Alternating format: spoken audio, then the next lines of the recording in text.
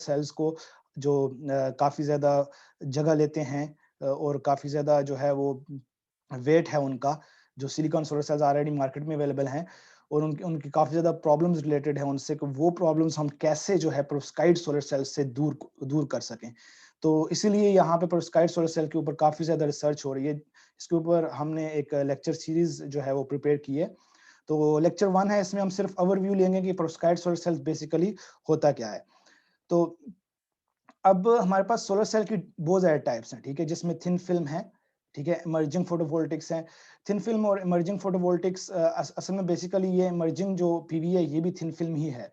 लेकिन ये जो थिन फिल्म है, इनमें आजकल जो है वो बहुत ज़्यादा काम हो रहा है, क्योंकि यहाँ पे इनकी एफिशिएंसी इंक्रीज़ बाज़ की एफिशिएंसी इंक्रीज़ करने की कोशिश की जा रही है, बाज़ की स्टेबिलिटी इंक्रीज़ करने की कोशिश की जा रही है। और इमर्जिंग पीवी के अंदर सबसे ज़्यादा जो इम्पोर्टेंट आपके पास सोलर सेल्स है ना, वो जो है पेरोव्स्काइट सोलर सेल है। क्योंकि इनकी एफिशिएंसी बहुत कम रेंज में जो हमारा बहुत कम टाइम में 10 साल के अंदर-अंदर 3% से 25% हो गई है। तो इसके ऊपर काफ़ी ज़्यादा तेज़ी से काम हो रहा है, जिसकी वजह से जो है ये एक हॉट टॉपिक जो है हमारे पास आजकल जो है रिसर्च का एक हॉट टॉपिक बना हुआ है पेरोव्स्काइट सोलर सेल्स। तो सबसे हम पहले आते हैं कि थिन फिल्म सोलर सेल्स की हमें ज़रूरत क्यों पड़ी? जबकि आप हमारे पास ऑलरेडी जो है conventional silicon solar cells available हैं, जो मार्केट के अंदर हैं, जिनकी एफिशिएंसी नियर अबाउट 30% है। तो हम जो है वो थिन फिल्म सोलर सेल्स की तरफ क्यों स्विच करना चाहते हैं? तो इसमें बेसिकल रीज़न है, सबसे पहले जो है ये फ्लेक्सिबल है। कि ये मैकेनिकल फ्लेक्सिबल है कि इसको आप फोल्ड कर सकते हैं, बेंड कर सकते हैं, तो इसकी इसीलिए हमारे पास जो है इसकी डिमांड जो है काफ़ी ज़्यादा है कि हमारे पास थिन फिल्म सोलर सेल के ऊपर हम स्विच होना चाह रहे हैं। दूसरी जो इसमें इम्पोर्टेंट है, लेस वेट है, क्योंकि नैनो मटेरियल्स इसके अंदर यूज़ हो रहे हैं, नैनो पाउडर्स से हम इसको फैब्रिकेट करते हैं, इसको डिज़ाइन करते हैं, तो इसका वेट जो है काफ़ी कम है। ठीक है, क्योंकि थिन फिल्म है, तो ये इसकी सेकंड मोस्ट जो है सेकंड मोस्ट जो है इसके अंदर अट्रैक्शन है कि हमारे पास थिन फिल्म सोलर सेल्स में जो है वो वेट बहुत कम है। थर्ड चीज़ जो है ये चीपर है, क्योंकि इनके अंदर नैनो मटेरियल्स यूज़ हो रहे हैं, मटेरियल्स बहुत कम यूज़ होता है, तो हमारे पास ये काफ़ी ज़्यादा हमारे पास सस्ते भी हैं। चौथी चीज़ है ये सेमी ट्रांसपेरेंट और ट्रांसपेरेंट है कि साइंटिस्ट इस बारे में सोच रहे हैं कि फ्यूचर में जो हमारे पास इंफ्रास्ट्रक्चर हो, उसके अंदर जहाँ-जहाँ हम ग्लास का यूज़ करते हैं, ठीक है? वहाँ-वहाँ हम जो है वो सोलर सेल्स का यूज़ करें। कि वहाँ पे उसके ऊपर एक ऐसी फ्लेक्सिबल, लेस वेट और चीपर हमारे पास जो है सोलर सेल हो, जिसको हम फॉर एग्ज़ाम्पल एक कहीं भी बिल्डिंग्स के में विंडोज़ के अंदर हम इसको जो है वो इंक्लूड कर सकें, ठीक है? कि विंडोज़ के ऊपर हम इसको पेस्ट कर सकें कि ये ट्रांसपेरेंट भी हो और ये डिफरेंट कलर्स में भी हम इसको डिज़ाइन कर सकते हैं, तो इससे ब्यूटी भी हमारी कॉम्प्रोमाइज़ नहीं होगी। तो ये जो थिन फिल्म सोलर सेल्स हैं, ये जो बेसिकली ये जो पॉपुलैरिटी गेन कर रहे हैं, वो जो ये 5 मेजर रीज़न्स हैं। इसके अलावा और रीज़न भी हैं, लेकिन ये 5 जो इसकी हैं, इनकी मेजर रीज़न्स हैं कि इनकी वजह से ये जो थिन फिल्म सोलर सेल्स हैं, काफ़ी ज़्यादा पॉपुलैरिटी गेन कर रहे हैं। लेकिन इनमें प्रॉब्लम क्या है? प्रॉब्लम इनमें ये है कि इनकी एफिशिएंसी और स्टेबिलिटी। बाज़ थिन फिल्म सोलर सेल्स की एफिशिएंसी कम है और बाज़ की स्टेबिलिटी कम है, ठीक है? तो हम यहाँ पे सिर्फ पेरोव्स्काइट सोलर सेल्स को डिस्कस करेंगे। तो पेरोव्स्काइट सोलर सेल्स को जो है उसके अंदर हमारे पास जो इनकी पावर कन्वर्जन एफिशिएंसी, जैसा कि मैंने आपको बताया कि 10 साल के अंदर-अंदर इनमें इतनी ज़्यादा डेवलपमेंट हो गई है कि एफिशिएंसी जो है वो 3% से 25% तक इंक्रीज़ कर गई है। यहाँ पे एक डिकेड में, एक 10 साल के अंदर जो है वो एफिशिएंसी इतनी ज़्यादा बूस्ट कर गई है, जबकि हमारे पास जो कन्वेंशनल सोलर सेल्स हैं, जो ऑलरेडी मार्केट में अवेलेबल हैं, उनको 30% तक पहुँचते-पहुँचते बहुत लंबा अरसा लगा था। तो ये इसीलिए ये पेरोव्स्काइट सोलर सेल जो हैं, इनमें इंटरेस्ट साइंटिस्ट का बढ़ता चला जा रहा है कि इनकी एफिशिएंसी जो है इंक्रीज़ हो गई है, तो इसीलिए इसके ऊपर तेज़ी से काम हो रहा है। तो अब देखिए बेसिकली जो है एसक्यू लिमिट होती है हर एक सोलर सेल की, जिस तरह सिलिकॉन सोलर सेल्स की आई थिंक ऑलमोस्ट 30% है जो ऑलरेडी मार्केट के अंदर है। तो यहाँ पे इनकी भी एक लिमिट है 31% और ये इस लिमिट से सिर्फ 4.3% दूर है। वो जो है आइंदा यही सारों का यही ख्याल है, साइंटिस्ट और का यही ख्याल है कि 31% हम जो है फ्यूचर में हम 3 या 4 सालों में हम जो है इसको 30% तक ले जाएँगे। तो इसका मतलब है कि एफिशिएंसी के लिहाज से पेरोव्स्काइट सोलर सेल में कोई कोई ख़ास इसमें इनमें कमी नहीं है कि एफिशिएंसी इनकी काफ़ी ज़्यादा अच्छी है। लेकिन प्रॉब्लम कहाँ आता है कि इनका शॉर्ट लाइफ स्पैन है।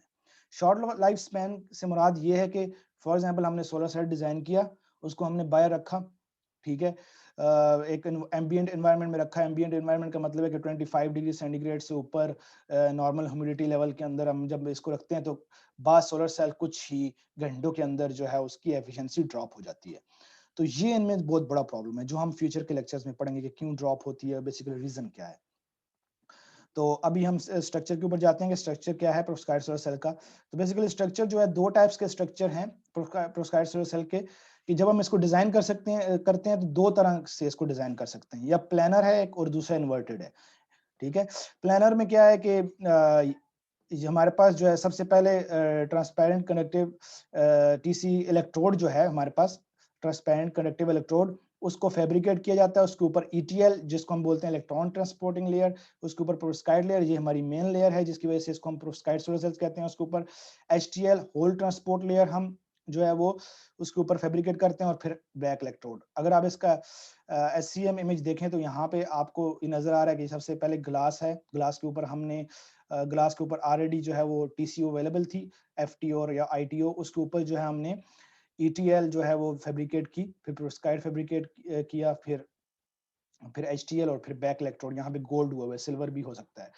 तो ये बेसिकली ये जो दो स्ट्रक्चर हैं, बेसिकली इसमें एचटीएल दोनों स्ट्रक्चर में फर्क सिर्फ ये है कि ईटीएल और एचटीएल की पोजीशन डिफरेंट है, बाकी ऑलमोस्ट इनमें कोई खास फर्क नहीं है। तो इसमें बेसिकली हमारे पास क्या होता है कि हम बेसिकली ये जो लेयर है पेरोव्स्काइट, ये लेयर ये मेन लेयर है, इसको हम एब्जॉर्बर लेयर ही बोलते हैं, फोटो एक्टिव लेयर भी या एक्टिव लेयर ही बोलते हैं। नॉर्मली पेरोव्स्काइट सोलर सेल के अंदर इसको ज्यादातर जगह पे आपको यही लिखा हुआ नजर आएगा कि पेरोव्स्काइट लेयर है, ये इसकी मेन लेयर है, जो क्या जिसको हम फोटो एक्टिव कहते हैं। इसका मतलब है कि जब उसके ऊपर लाइट पड़ती है तो वो होल्स और इलेक्ट्रॉन जनरेट करता है।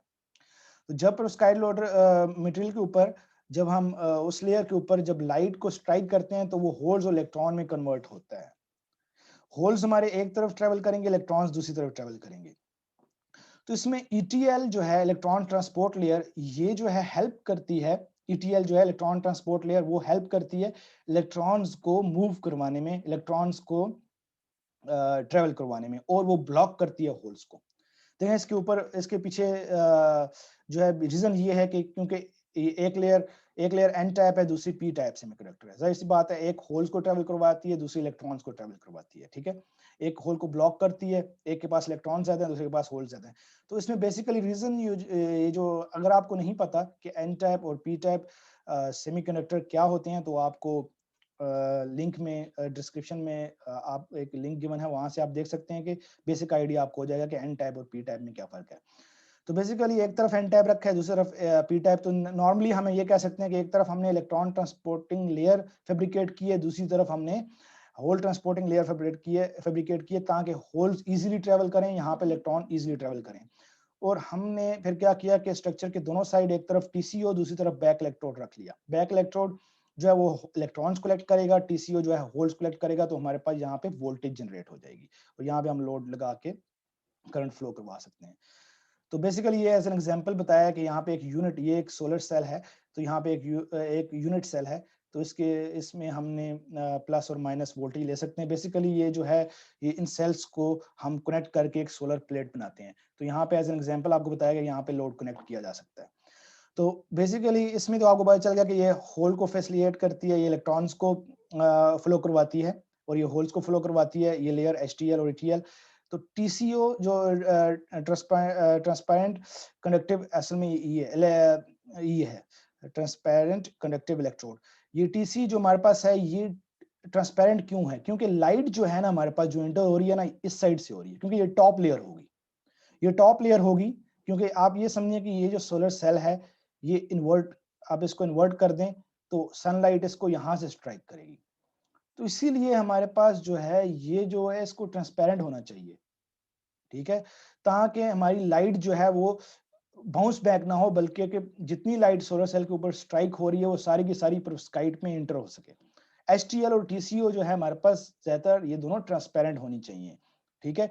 इसलिए इन्वर्टेड स्ट्रक्चर में भी, इसलिए ये स्ट्रक्चर भी कैटेगराइज हुए हैं दो, ये इसका डिवाइस स्ट्रक्चर जो है दो कैटेगरीज में आया है, क्योंकि बाज अगर हमारे पास एचटीएल हमारे पास अगर ट्रांसपेरेंट नहीं है तो हम उसको प्लानर रखें, अगर हमारे पास ETL ट्रांसपेरेंट नहीं है हम उसको इन्वर्टेड रखें, ताकि ये जो हमारे पास ट्रांसपेरेंट जो है यहाँ पे ट्रांसपेरेंसी और बाकी भी काफी सारी चीजें, एनर्जी लेवल्स और वो हम आगे पढ़ेंगे, तो इसीलिए ये दो स्ट्रक्चर में डिवाइड हो गया है, या प्लानर या इन्वर्टेड, ये दो टाइप्स हैं। With respect to device structure इसकी दो कैटेगरीज हैं, एक प्लानर है दूसरी इन्वर्टेड है।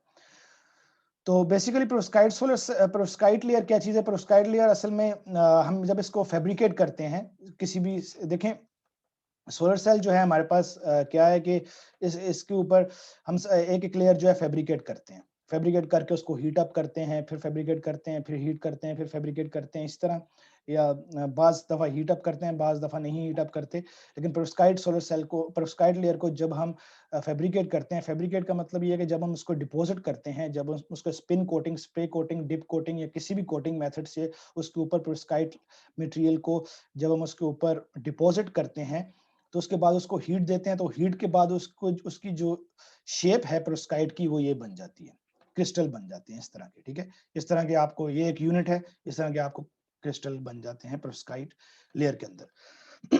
ये क्रिस्टल ही बेसिकली हमारे पास क्या होते हैं कि यही होल्स और इलेक्ट्रॉन जनरेट करते हैं। अब इसमें क्या है कि इसको बेसिकली हम AbX3 या AbO3 कह सकते हैं। तो ये पेरोव्स्काइट मटेरियल है जो शायद 90s में रशियन साइंटिस्ट ने डिस्कवर किया था, उसके बाद ये LEDs में यूज होने लग गया, सोलर सेल में यूज होने लग गया, मेडिसिन में भी यूज होता है, काफी जगह यूज होता है ये पेरोव्स्काइट। लेकिन हम यहाँ पे उन्हीं पेरोव्स्काइट सोलर सेल्स, उन्हीं पेरोव्स्काइट मटेरियल्स को डिस्कस करेंगे जो हमारे पास सोलर सेल के अंदर यूज होते हैं। तो ये तीन यूनिट्स पे, एटम्स कह सकते हैं आप, या फिर एनाइंस और कैटायंस कह सकते हैं, कि ये जो बेसिकली है ये A एंड B, ये जो A है ब्लू कलर में आपको नजर आ रहा है और ये B जो है, ठीक है, ये बेसिकली कैटायंस हैं, O हमारे पास क्या है कि एनाइन है, ठीक है। तो एनाइन और कैटायन से मिलके हमारे पास ये क्रिस्टल बना है, जिसको हम पेरोव्स्काइट क्रिस्टल भी कह सकते हैं। तो ये हीट करने के बाद हमारे पास इसकी शेप कुछ ऐसे हो जाती है। लेकिन जो ही हम इसको इसको तैयार करने के बाद एम्बिएंट एनवायरनमेंट में रखते हैं, एक नॉर्मल एनवायरनमेंट में जहाँ पे 25 डिग्री सेंटीग्रेड या 30 डिग्री सेंटीग्रेड टेम्परेचर है, नॉर्मल ह्यूमिडिटी है, उसके बाद क्या होता है कि ये पेरोव्स्काइट स्ट्रक्चर बैठ जाता है दोबारा, ये अब ये स्ट्रक्चर डिफॉर्म हो जाता है, ठीक है। इसके, या फिर आप कह सकते हैं कि इसकी शक्ल जो है बिगड़ जाती है, जिसकी वजह से हमारे पास एफिशिएंसी में फौरन लॉस आ जाता है। इसकी मेजर जो स्टेबिलिटी में मसला है वो यही है। वो क्यों आता है, उसकी रीजंस क्या है, वो हम आगे पढ़ेंगे। यहाँ पे हम सिर्फ स्ट्रक्चर के ऊपर देखते हैं कि असल में ए जो इसका पार्ट है वो ऑर्गेनिक और इनऑर्गेनिक भी हो सकता है। जो अभी तक डिस्कवर हुए हैं वो MaFa दो ऑर्गेनिक मटेरियल्स हैं, जबकि सीजियम हमारे पास इनऑर्गेनिक मटेरियल है। इस तरह बी जो इसका पार्ट है वो लेड या टिन भी हो सकता है, लेड या टिन भी हो सकता है। असल में लेड जो है हमारे पास वो एनवायरनमेंट के लिए अच्छी नहीं है, इसीलिए आजकल जो है वो टिन सोलर सेल्स के ऊपर भी जो टिन को भी इंक्लूड कर रहे हैं, इसको रिप्लेस कर रहे हैं टिन से, लेकिन उसकी एफिशिएंसी काफी कम है, तो इसके ऊपर भी रिसर्च काफी हो रही है। तो इसी तरह आयोडीन और ब्रोमीन जो हमारे पास है वो बेसिकली ये रेड में है, यहाँ पे आयोडीन भी और ब्रोमीन भी, आप मतलब कि इन तीनों, इन चारों चीजों को, इन चारों एसिकली पार्ट्स को मिला के हमारे पास ये सोलर सेल्स ये स्ट्रक्चर, पेरोव्स्काइट स्ट्रक्चर बनता है।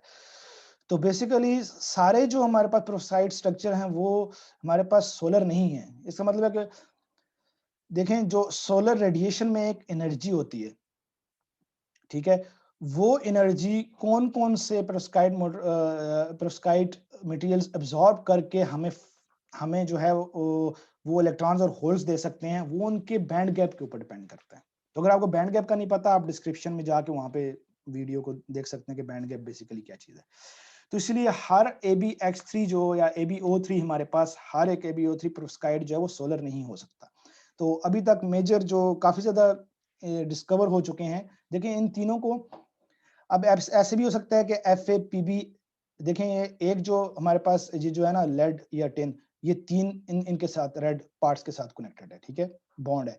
तो इस तरह भी हो सकता है ये MaPbI3, ये भी स्ट्रक्चर बन सकता है, MaPbI3 FAPbI3 बन सकता है। इस तरह मुख्तलिफ हम इनको इनको ये डिफरेंट जो हमारे पास आ रहे हैं, इन डिफरेंट्स को हम कंबाइन करेंगे तो एक डिफरेंट स्ट्रक्चर हमारे पास, एक डिफरेंट क्रिस्टल हमारे पास बन सकता है। इनके अपने अपने जो एडवांटेजेस हैं, अपने अपने डिसएडवांटेजेस हैं, कौन सा कहाँ पे फिजिबल है, कौन सा कहाँ पे फिजिबल नहीं है, ये आगे वाले लेक्चर्स में हम देखेंगे। तो यहाँ पे जो बेसिकली जो है ये काफी ज्यादा जो अभी तक डेवलप हो चुके हैं, इनमें मेजर कैटेगरीज जिनकी एफिशिएंसी भी काफी ज्यादा बेटर है, वो ये हैं हमारे पास। ठीक है, तो बेसिकली अभी देखें अब हम जब इनको आपस में देखें, ये जो स्ट्रक्चर है CS FA MA PBI3, इसमें हमने क्या किया कि तीनों ऑर्गेनिक और इनऑर्गेनिक जो हमारे पास कैटायन है, उनको हमने जो है वो हमने जो है लेड के साथ हमने इसको यूज किया, लेड और आयोडीन के साथ। तो इसको हम बोलते हैं mix cation perovskite solar cell. ठीक है, तो जिसमें हमने तीनों मतलब के कैटायंस को आपस में मिक्स कर दिए। ठीक है, एक MA बेस होगा जिसमें खाली MA यूज करते हैं, एक FA बेस होगा। हर एक की अपने अपने एडवांटेजेस हैं, अपने अपने डिसएडवांटेजेस हैं, लेकिन अभी तक जो हाई एफिशिएंट है वो FA PBI3 है, लेकिन वो मोस्ट अनस्टेबल है। तो इसके बारे में आगे हम पढ़ेंगे कि इसके बारे में कि अगले लेक्चर्स में कि ETL इलेक्ट्रॉन ट्रांसपोर्ट लेयर का क्या रोल है, होल ट्रांसपोर्ट लेयर का क्या रोल है। ठीक है, और पेरोव्स्काइट डिफरेंट डिफरेंट काइंड्स के पेरोव्स्काइट में क्या हमें कौन से हमारे पास फायदे हैं, कौन से नुकसानात हैं उनको यूज करने के। तो आज तक के लिए इतना ही।